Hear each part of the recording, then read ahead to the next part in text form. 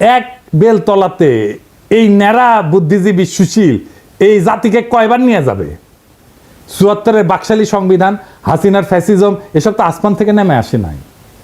বারবার একই মার্কা মারা সব দালাল লেসপেন্সার, বুদ্ধিহীন, মূর্খ কামাল হোসেন, রেমান সোবান, ইফতেখারুজ্জামান, মতি, মাহফুজেদের টোটকা জাতিকে গিলায় বারবার আওয়ামী ফ্যাসিজম প্রতিষ্ঠার সুযোগ করে দেওয়া হইতেছে।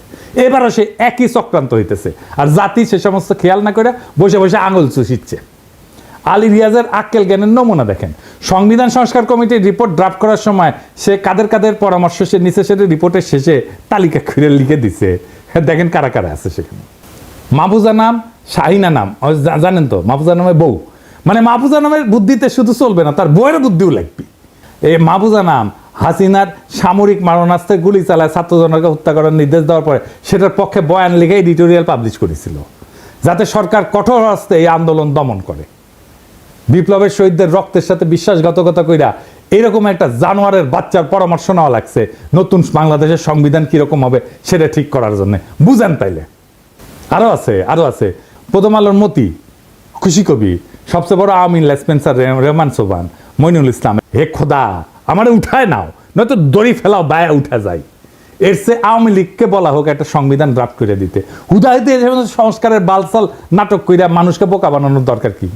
আর শহীদের রক্তের সাথে প্রহসন করার দরকার কি?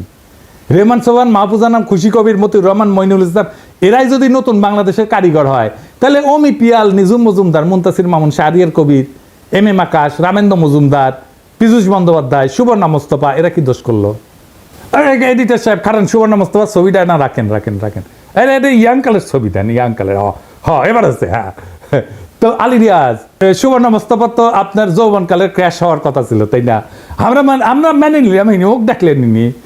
এরা কি দোষ করলো? এদেরকে এই কমিটি থেকে বাদ দেওয়ার দরকার কি? ওদেরকেও ঢুকাক, সুবর্ণা মোস্তফা আগে ঢুকাক, আমি পারমিশন দিলাম, দেখি কে কি করে। কার এত বড় সাহস সুবর্ণা মোস্তফা ঢুকেছে, আলী রিয়াজ সেটাকে বাগড়া দেয়, আমি যে দাঁড়ামু, ওইটি লাঠি নিয়ে দাঁড়ামু।